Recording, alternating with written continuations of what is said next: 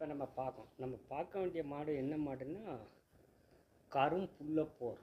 இது கரும்புள்ளப்போரில் கிராஸ் மாடு தான். கிராஸ் மாடு கரும்புள்ளப்போரில் தலையீத்து மாடுனா ஒரு 5 லிட்டர் கறக்கும். 5 லிட்டர் கறக்கும்னாலும் இந்த கலர் வந்து ரேர் கலர். இது ரேராக தான் இருக்கும் இப்படி கலரு. எல்லா மாடுகளும் அந்த மாதிரி கலர் வராது.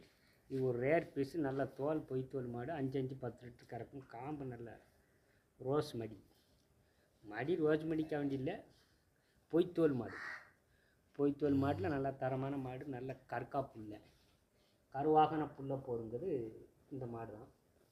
நல்ல தலைச்செட்டு நல்லா இருக்கிறாஸ் மாடு தான்.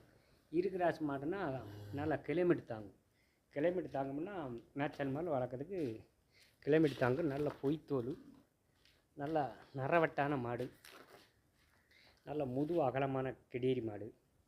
இன்னொரு இதுக்குங்கும்போது இந்த மாடு இன்னும் ஒரு பிடி எழுப்பமாகவும் நல்லா கணை இருக்கும். நல்ல வாடை மாடு. நீர் வாடலுங்கிறது இதுதான். நீர் வாடை மாடில் நல்லா தக்குமுக்கான மாடுங்கும்போது இந்த மாடு ஒரு சமைச்சாரி வச்சுருந்தாலும் வாட்டம் தாங்கும். ஏன் சொல்லுதோம்னா மேய்ச்சல் மாடில் வளர்க்கணும்னா கொஞ்சம் வாட்டம் தாங்கினா தான் அந்த மாடு மேய்ச்சல் மாடு வளர்க்குறதுக்கு செட் ஆகும். இது நல்லா வாட்டம் தாங்கும். மேய்ச்சல் மாடில் வளர்க்குறதுக்கு இது தரமான மாடு, நல்ல மாடு. நல்ல கருவாகன புல்லப்போர். இதுக்கு பேர் தான் கருவாகன புல்லப்போருங்கிறது. நல்லா அடிவேர் மட்டும்தான் வெள்ளை மரம் அடக்கும். 3 கலருங்க. கருவாகன புல்லப்போர். இது நல்ல தரமான மாடு, நல்ல மாடு.